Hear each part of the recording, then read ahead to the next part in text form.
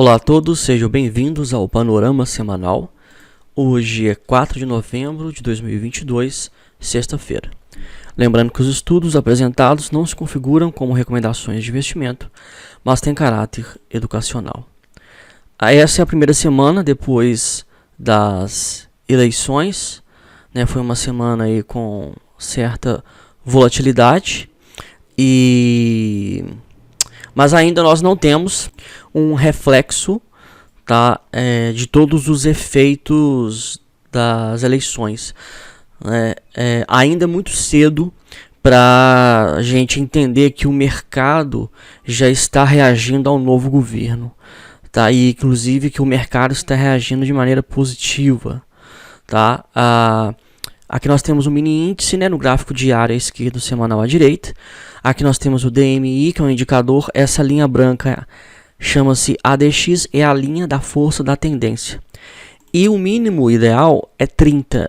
No semanal estamos a 23 e no diário nós estamos a 14. Isso quer dizer que não há força suficiente direcional, tá? Então não há força compradora no índice hoje que mostre que os preços vão entrar de fato em tendência de alta. Tá? No gráfico semanal nós tivemos um candle de alta sobre a média de 20, né, que respeitou a média de 20, beleza? Mas no gráfico diário nós temos, né, um topo mais baixo que o topo anterior, tá? E um ADX a 14 que é muito baixo. Esse nível de ADX, se a gente olhar só ele mostra que os preços não vão conseguir romper o topo anterior em 122.828 pontos, tá?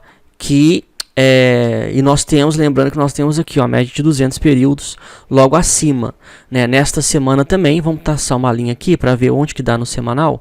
Aqui, ó, veja que nessa semana os preços também não conseguiram fechar acima da média de 200 do gráfico semanal, na região de 121.146 pontos, tá?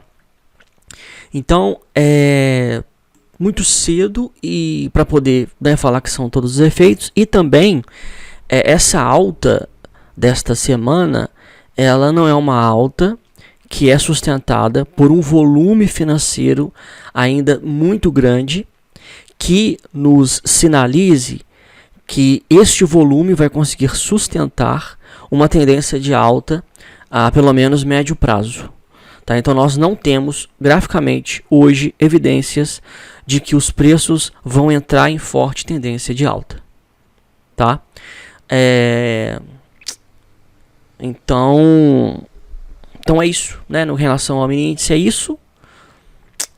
No gráfico semanal, no gráfico diário, né? E no gráfico semanal também, ó, nós temos os preços ainda estão dentro de uma grande lateralização.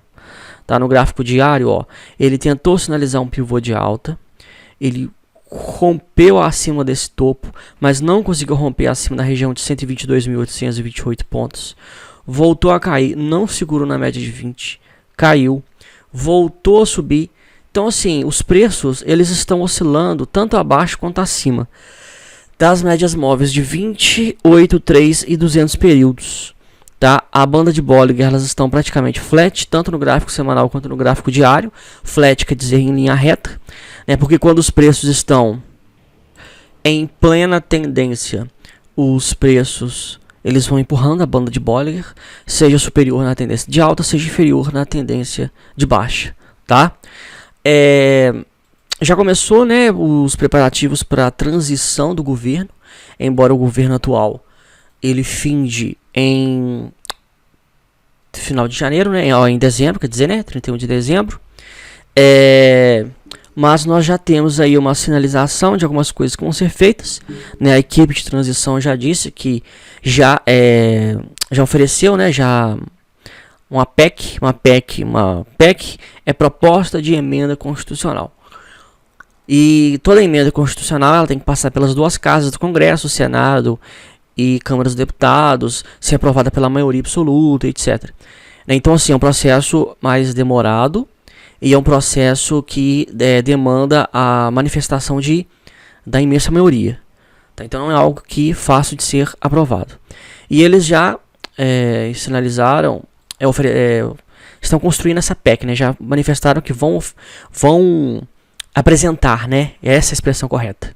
Não era oferecer, nem nada, é apresentar. Eles estão em processo, eles sinalizaram, falaram, né? E eles estão em processo, possivelmente, da redação dessa PEC para apresentar essa PEC ao Congresso Nacional. Qual PEC? Uma PEC que irá destruir o teto de gastos. Tá? O teto de gastos, que foi algo que o Michel Temer havia criado, né, que deu uma certa segurança fiscal, né, em relação à economia e às finanças públicas. Agora o governo Lula está acabando. E porque o argumento é de que para que o governo consiga manter a promessa que o Lula fez de pagar R$600 de Auxílio Brasil, que eles estão, né, renomeando como Bolsa Família, eles só vão mudar o nome, só uma questão de marketing, e tem que furar o teto de gastos, né? E aí eu publiquei nos grupos e no Telegram, quem faz parte lá, principalmente do grupo aberto também, no canal aberto, no Telegram, uma reportagem, um artigo do Gustavo Franco, uma outra reportagem, mostrando que, né, o governo nem entrou, o Lula nem pisou no Palácio do Planalto, né, e a equipe dele já está colocando a culpa no governo de Bolsonaro em relação ao orçamento, falando que não há espaço para orçamento, que tem que furar o teto de gastos, etc. Porque, na verdade, o que eles não dizem é que as promessas do Lula, elas têm a necessidade de aumentar a dívida pública, né? O governo, ele não tem dinheiro. Então, assim, é muito fácil as pessoas falarem assim, o Bolsonaro não fez isso, ou o Bolsonaro não deixou dinheiro. É porque o governo não tem dinheiro. O movimento de privatização que o Bolsonaro, que inclusive o Bolsonaro também prometeu no início do governo dele, e ele não cumpriu todas, tá? O Bolsonaro poderia ter privatizado muito mais empresas. Foram poucas, né? Teve a Eletrobras há pouco tempo, mas poderia ter privatizado várias outras. E esse processo de privatização, ele é mais uma questão de necessidade, né? Inclusive o Bolsonaro antes, ele tinha um discurso estatizante, né? Ele é militar, servidor público, concursado, deputado federal durante décadas. Então, assim, a visão dele era estatizante, né? E ele, lá no governo, como presidente, viu que o governo não tem dinheiro, tá? E essas privatizações, elas servem para levantar a capital, para que o governo possa diminuir a dívida pública que ele já tem, né, e investir, seja em projetos sociais, o que for. Acontece que o Lula, ele é contra privatizações, né, então assim, ele não vai privatizar empresa alguma. E a evidência de que eles, né, o Lula e sua equipe, sabem nada de economia foi a crítica, né, que a presidente do PT, a Gleisi Hoffmann, fez em relação ao pagamento de dividendos da Petrobras, que a Petrobras vai pagar dividendos agora, anunciou, o maior dividendos da história, e ela é contra, sendo que o maior acionista é o governo, o maior beneficiário é o próprio governo. E esse dinheiro que o governo vai receber da Petrobras, ele pode ser utilizado para o custeio dessas promessas do Lula. Tá? Então, assim, é uma ferramenta que o Lula vai ter ainda para ajudar ele a conseguir, né, tentar cumprir parte de suas promessas, e o próprio partido critica. Então, assim, é uma ignorância sobre a economia tão absurda, mas tão absurda, que chega a ser, assim, assustador. Tá? É muito assustador. Inclusive entraram com uma MP, né? O TCU entrou com uma MP. Nem sei o que é uma MP. Eu tenho que ver o que é MP, né? Que não é medida provisória, né? Não sei. É só o presidente que tem que... Então, assim, estão tentando barrar esse pagamento de dividendos da Petrobras. Como assim? A Petrobras é uma empresa de capital aberto. Ela tem acionistas, sabe? E é o capital dos acionistas que faz com que a empresa cresça. Então, assim, é uma ignorância absurda. Eles nem entraram, já estão mostrando, né, o nível de competência deles. Absurdo, tá? Isso pode parecer uma crítica da minha parte, né? Uma crítica, mas na verdade eu estou fazendo uma análise econômica. Ela tem um condão, a minha fala tem um condão de ser mais uma análise econômica. Por quê? Porque os o plano de governo, que na verdade nem foi plano de governo, porque o Lula não apresentou plano de governo. Mas as poucas coisas que ele disse que ele queria fazer, para quem entende o básico de economia, já sabia que são coisas sustentáveis, tá? Porque as ciências econômicas, elas já evidenciam que várias das medidas que o Lula sinalizou que vai adotar são ineficazes, tá? Uma delas, por exemplo, é a taxação de grandes fortunas. É só uma, tem várias outras, né? Outras, por exemplo, é o aumento da dívida pública, sobre o argumento de que o governo, ele aumentando a dívida, ele aquece o mercado. Isso já foi mostrado em diversos países do mundo que não tem um efeito. Isso é a teoria keynesiana do John Maynard Keynes. E essa teoria keynesiana, ela já caiu por terra através de evidências de governos de países ao redor do mundo que, para aquecer a economia, o governo ele se endividou, ele injetou dinheiro, se endividou, esse dinheiro não aumentou a produtividade, não melhorou a educação, a saúde, etc, etc, e não gerou riqueza para o país. Então foi uma dívida que o governo ele assumiu sem retornos, porque o governo ele tem que ter também um retorno, porque a fonte de recursos que o governo tem é através de arrecadação de impostos, de tributos. Tá? Então é o seguinte, a ideia do Keynes que ele tinha era uma ideia linear, mas que não se condiz com a realidade. Era que o governo ele vai lá e investe, por exemplo, na industrialização, né? Ele age no fomento da indústria. Então ele diminui ou ele zera impostos do setor automobilístico, várias áreas do setor industrial, tá? E aí, a ideia dele era que, isentando, fazendo com que essas empresas não tenham que pagar impostos, etc., essas empresas vão conseguir produzir e aí aumentar o emprego, né, ter a demanda de ter funcionários e, produzindo, geraria mais impostos. Tá? Só que tais medidas do governo de incentivo a setores industriais se mostrou que não gerou esse ganho, tá? Porque são diversos fatores, não apenas o fator financeiro. Então não adianta o governo pegar o seu capital e alocar o seu capital em empresas ou deixar de receber tributos para que o capital fique nas empresas, sendo que a qualidade da mão de obra é um dos fatores essenciais e que estão ligados diretamente à questão da educação, tá? O preparo. Então, por exemplo, Lula, né, eu vi, não sei se foi o primeiro ou o segundo debate, que ele criticou o Bolsonaro de não ter criado universidades. Que no governo dele, o Lula, ele criou universidades.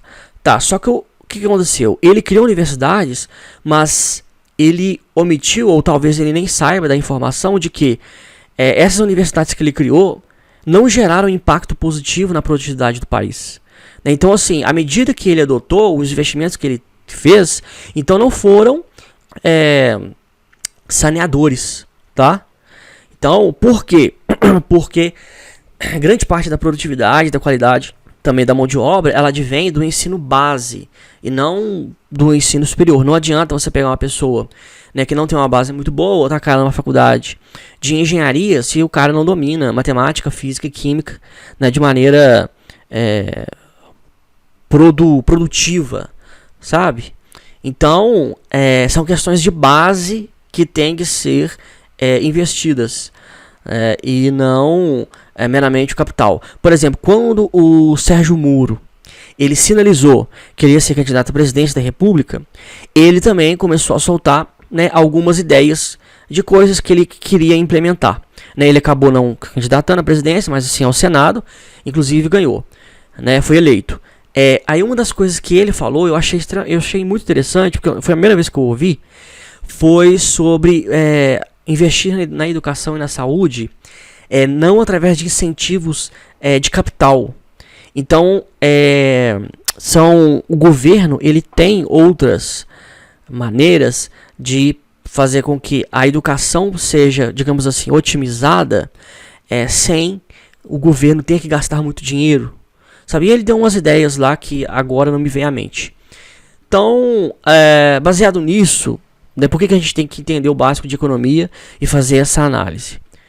Porque, né, eu já estou vendo aí, os jornalistas também, né, parece que eles têm assim, precisam também de aulas de economia. Porque, primeiro, que as notícias são muito imediatistas, curto-prazistas. E segundo, que elas também são eivadas. Elas não têm uma base mínima de conhecimento técnico em economia. Então já tem artigos falando que, hoje mesmo eu li, que o mercado comprou a entrada do Lula, não sei o quê. Pô, se o Lula, ele já nem entrou, já vai acabar com a segurança fiscal, como assim o mercado ele tá aprovando?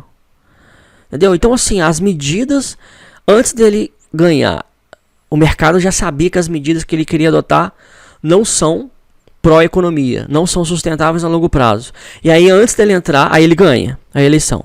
E aí na transição ele já quer aprovar uma PEC para acabar com o teto de gastos, para poder aumentar ainda mais a dívida pública. E o mercado tá entendendo bem? Então assim, o mercado ele pode até estar reagindo de maneira altista. Os preços, por exemplo, subiram ao longo dessa semana, como nós vimos aqui. Só que os fatores reais desse aumento, eles possivelmente são outros. E não da entrada do Lula. Porque se economicamente o Lula já está tomando atitudes que a longo prazo são insustentáveis, como que o mercado que se sustenta em fundamentos econômicos, ele vai ser a favor de decisões antieconômicas? Então assim, não faz sentido, sabe? Então é uma análise extremamente superficial e também política, porque agora essa polarização que teve no Brasil, para mim particularmente, foi excepcional, para mim foi ótima. Por quê? Porque os veículos de comunicação, vários jornais, eles se posicionaram de algum lado. E eu descobri muitos jornais de esquerda. Tá? Muitos jornais de esquerda mesmo. Eu vou dar exemplo de dois. Em Minas Gerais, que é o estado em que eu moro. O Estado de Minas e o jornal O Tempo. Tá? Eu não fazia ideia de que esses jornais eram de esquerda. Tá? Então assim, porque eu vi que eles só pegavam notícias defendendo o Lula, falando mal do Bolsonaro e tal.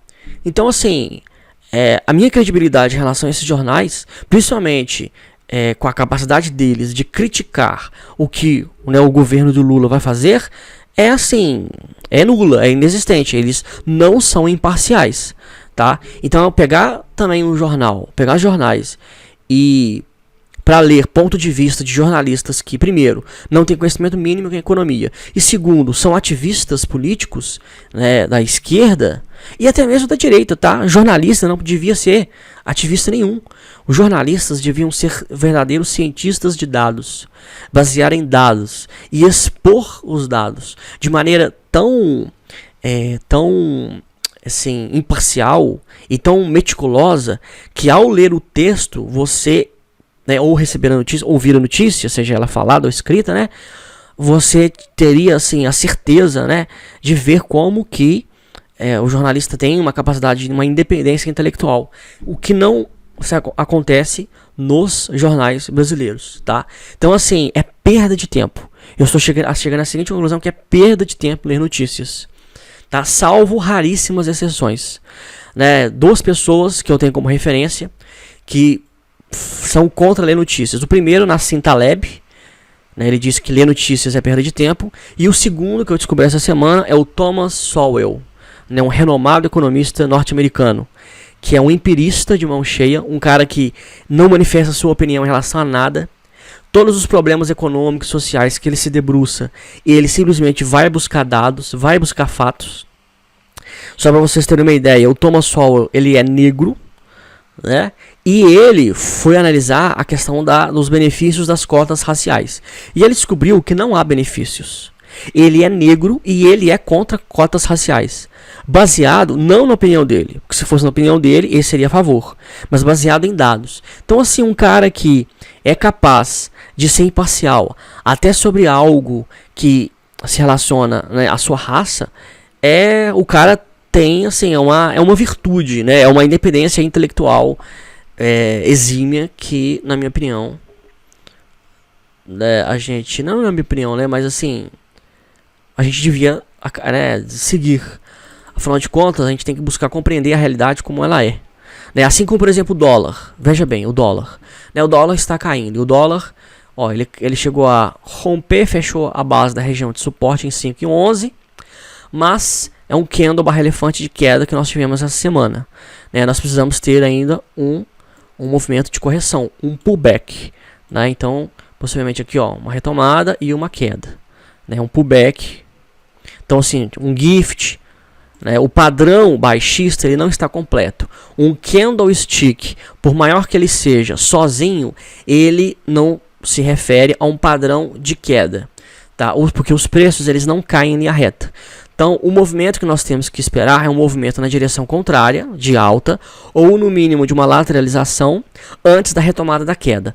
Aí sim nós temos um padrão baixista, porque a queda em si, por si só, ela não é um padrão baixista. E o dólar também, essa queda do dólar que teve essa semana, ele pode também não ser por conta da entrada do Lula, do ganho, que o Lula ganhou as eleições. Tá? Por quê? Porque o governo dos Estados Unidos essa semana, o Fed, o Federal Reserve, o Banco Central Americano, ele aumentou em 75 BPS os juros. E agora vai para 4%. Se não me engano, é 4% dos juros americanos. A maior alta histórica dos juros americanos. Então, assim, os juros é uma coisa ruim.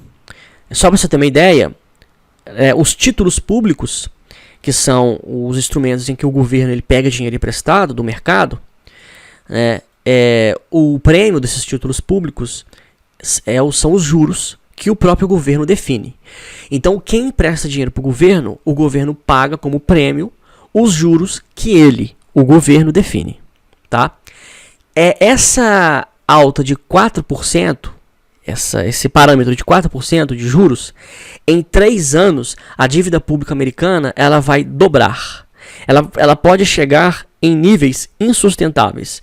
E os Estados Unidos, que é a maior potência mundial hoje, ele pode decretar calote. Em outras palavras, ele pode quebrar. Aí as pessoas falam, mas o governo pode imprimir dinheiro. Tá, é um veneno, é um remédio que se torna veneno. Tá, ele imprime dinheiro, ele aumenta a inflação, tem que aumentar os juros. Então, assim, é uma bola de neve. Não é uma solução. Imprimir dinheiro não é solução. Imprimir dinheiro gera problemas. Inclusive agora, essa alta dessa inflação e essa alta dos juros americanos está ocorrendo hoje porque em 2020, no estouro da pandemia, o governo americano imprimiu dinheiro. Imprimiu trilhões e trilhões de dólares. E agora, os efeitos negativos dessa decisão estão sendo colhidos. Tá? Sendo que já há na literatura das ciências econômicas evidências de que imprimir dinheiro, o chamado quantitative easing, não é uma medida eficaz. Já foi, o quantitative easing já foi o gatilho para outras crises em outras épocas. Né? E por que as pessoas insistem em tomar os mesmos erros? A única justificativa que eu vejo plausível é a do Nassim Taleb. O Nassim Taleb ele fala que os governantes, os políticos, eles tomam reiteradamente decisões erradas porque eles não têm o skin in the game, a pele em jogo. Tá? Porque o salário deles, a reputação deles não é proporcional à produtividade. Tá? Ao tanto que eles acertam. Eles podem errar e o salário deles e a reputação podem continuar intactos. Por exemplo, Lula. O Lula já está sendo ovacionado porque ele vai pagar R$600 de Auxílio Brasil, que ele vai renomear agora como Bolsa Família. Tá? Ele vai fazer isso às custas da dívida pública do próprio governo. Ele está endividando o governo. Eu duvido que na economia particular dele, privada, na gestão financeira dele, ele faça uma coisa dessa. Tá? É a mesma coisa de um trabalhador que ganha R$2.000 por mês, ele ter um gasto mensal de R$5.000. Tá? E aí, mas para se bancar, o que ele faz? Ele pega R$3.000 emprestados nos bancos todo mês. É isso que ele faz. E aí ele já tem uma dívida aí de 20 mil reais, que já está a 10 vezes o seu salário, tá?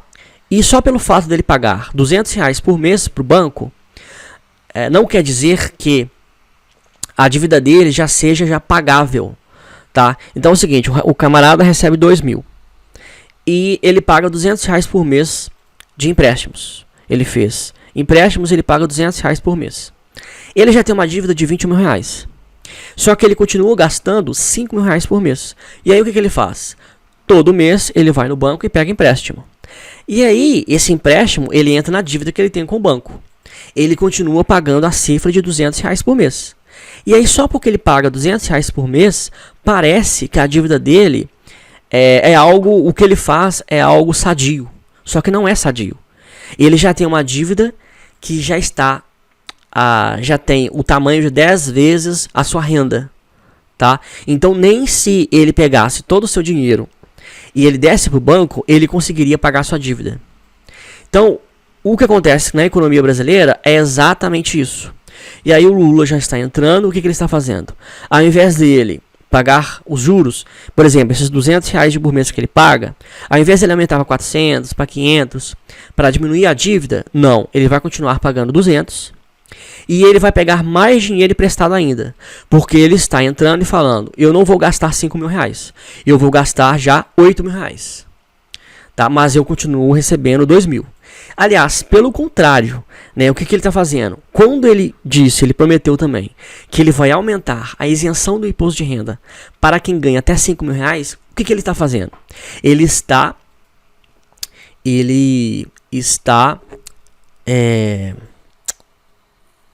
deixando de receber, né, dinheiro. Então ele falando, olha, eu recebo 2 mil reais, eu não preciso desses 2 mil reais, eu posso receber menos. Tá, então ele está renunciando grande parte dos ganhos, né, da arrecadação de impostos. Tá? Então assim, ele já está vindo aumentando a dívida pública e diminuindo a arrecadação. É a mesma coisa da nossa metáfora. O cara ganha 2 mil, ele paga 200 reais por mês, já tem a dívida de 20 mil. Ele gasta 5 mil reais por mês. O que ele faz? Ele passa a gastar 8 mil.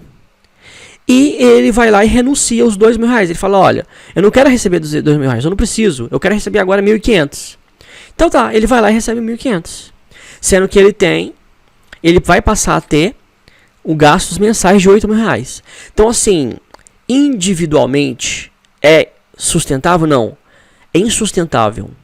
Nenhum banco aceitaria emprestar dinheiro para qualquer ser humano, pessoa física, ou empresa, pessoa jurídica no mundo. Se alguma empresa, pessoa jurídica, tivesse os mesmos arranjos financeiros que o governo brasileiro tem e está prestes a piorar, qualquer empresa no mundo já teria falido. Então, assim, essas reflexões, elas têm que ser pautadas, porque eu estou assim assustado com o noticiário, com a manifestação das pessoas nas redes sociais, sabe? Eu vi uma pessoa ontem, pegou um vídeo da equipe econômica lá do Lula falando sobre a PEC, e a pessoa falando, olha, graças a Deus o Bolsonaro entrou, porque não ia ter dinheiro. A pessoa não teve a capacidade de discernir que aquela coletiva de imprensa era para falar sobre uma coisa ruim. Eles estavam indo, a equipe econômica do Lula já estava indo lá, a equipe econômica não, de transição, né? Porque a equipe econômica dele não foi falada. A equipe de transição já estava falando que, olha, nós nem entramos, nós vamos ter que furar o teto de gastos porque a gente tem que sustentar as promessas do Lula. Entendeu? Então, assim, a pessoa nem teve esse discernimento. Então, e pessoas que você que me escuta, né, já nesses 30 minutos, você no mínimo é trader ou investidor. Você no mínimo precisa saber de tudo isso que eu estou falando. E precisa ter noção. Não é militância política contrária ao Lula. É análise fática das decisões econômicas que já estão sendo tomadas, tá? Então é muito sério, gente. É muito, muito sério. Porque teve alta nessa semana do índice e teve queda do dólar. Aí a pessoa tá falando, o mercado gostou que o Lula entrou, vamos vender dólar e comprar bolsa. Você vai se lascar, tá? Se você fizer isso de maneira não planejada, só por conta sendo levado por noticiários, tá? Então, é uma coisa muito séria, né? Olha só, Petrobras. De todos os papéis que mais caíram ao longo dessa semana, o papel que mais caiu foi Petrobras. Ele caiu 13,11%. Né? Os preços perderam aquele suporte que eu havia sinalizado em 28,58. Já perderam, já fecharam abaixo. Tá, e como que petróleo em alta, Petrobras cai? Né? Como que com pagamento de dividendos a níveis históricos, Petrobras cai? Petrobras cai porque todas as medidas que o governo Lula já quer adotar, né, em relação à Petrobras. Se hoje, por exemplo, foi a maior queda que teve. Por quê? Foi, né, o comentário totalmente ignorante da Gleisi Hoffmann, presidente do PT, dizendo, né, e também a atitude lá do TCU e do PT tentando entrar na justiça contra o pagamento de dividendos da Petrobras. Isso é uma coisa assim. As pessoas não entendem como funciona o capitalismo. Não entendem. Porque existe uma ojeriza psicológica em relação ao capitalismo. Embora que o capitalismo seja o melhor sistema de governo que nós temos até então, porque o comunismo e o socialismo já se mostraram ineficazes. Já há evidências da ineficácia desses dois sistemas de governo. Então o capitalismo é a melhor coisa que nós temos. Ele é perfeito? Logicamente que não. A desigualdade social e uma série de problemas precisam ser solucionados, mas não serão solucionados destruindo o capitalismo. Então, as pessoas ainda se mantêm psicologicamente, elas se agarram à ideia do socialismo e do comunismo, porque é uma ideia, porque na prática eles já se mostraram ineficazes. Tá? E aí, por conta disso, elas não procuram entender o sistema capitalista, como ele funciona. Tá? Então, assim, os ricos e investidores capitalistas são vistos como pessoas más, pessoas que pegam o seu capital, que constroem o seu patrimônio investindo, colocando o seu patrimônio a favor das empresas, aumentarem os empregos, aumentarem a produtividade. Essas pessoas são vistas como pessoas ruins. Mas não existe em nenhum lugar na face da Terra que haja um sistema mais eficiente do que o sistema capitalista. Então é necessário que as pessoas continuem investindo, que os capitalistas continuem colocando seu patrimônio a favor do capital. É necessário. Então essa falácia contra o capital são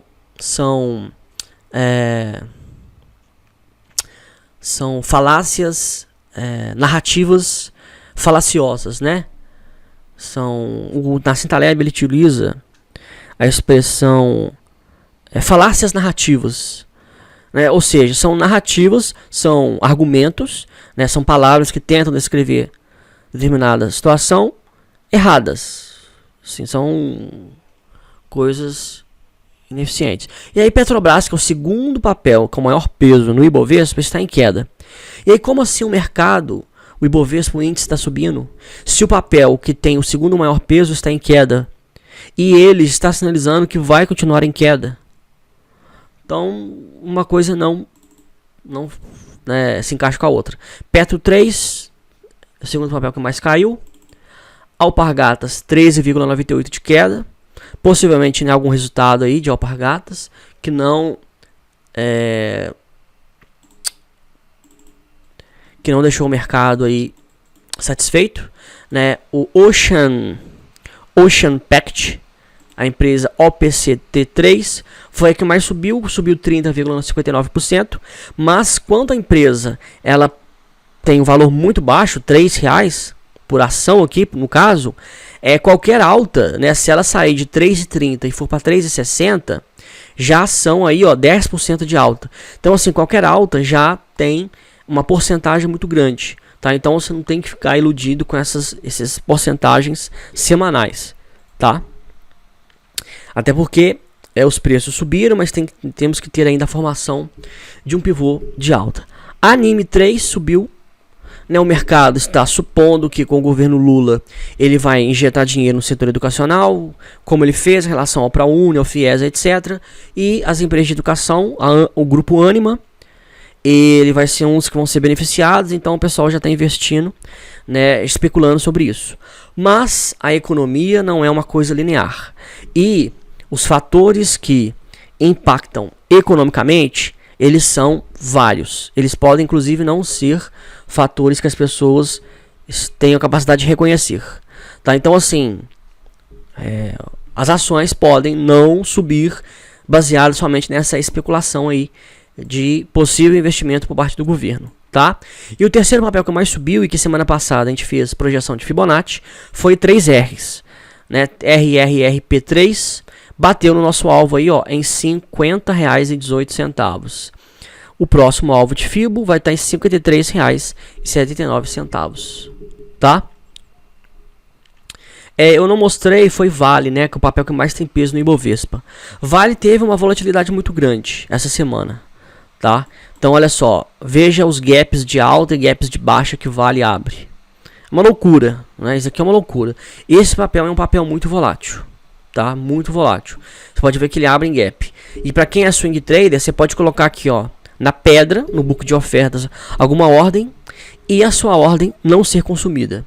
Se você faz swing trade em Vale, eu sugiro que você faça o meu curso Fundamentos não apenas Fundamentos de Análise Técnica, mas o meu curso Gestor de Carteira, porque eu ensino a fazer proteção com opções. Vale é o papel que mais tem liquidez em opções. Você consegue comprar opções de put e de call em várias faixas de preço, porque você corre risco de sofrer slippage muito grave aqui em Vale.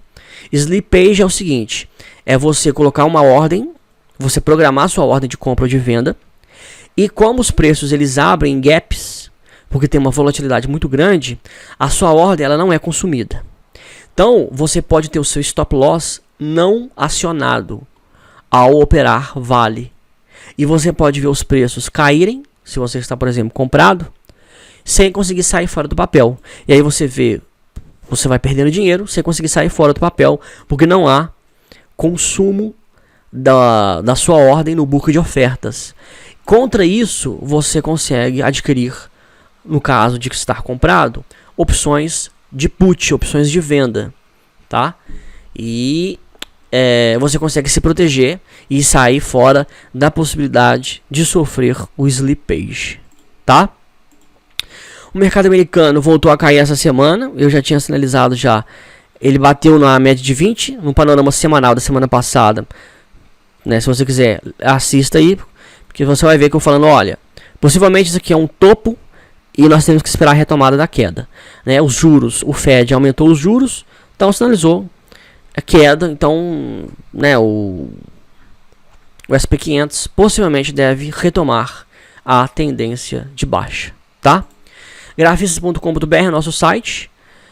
Agora nesse mês de novembro a gente está fazendo aí 3 anos da Grafistas e a gente está aí reformulando sobre os nossos conteúdos, tá? Então nós possivelmente vamos ter novidades aí nesse mês de novembro, tá? Sobre tipo de conteúdos que a gente vai produzir e etc, tá? Então aproveite, né, que é praticamente de graça, né, diante de todo o conteúdo, todos os cursos e todas as aulas que a gente promove dentro do nosso clube de assinatura, ok? Qualquer dúvida estou à disposição. Um abraço a todos e, se Deus quiser, até a próxima semana.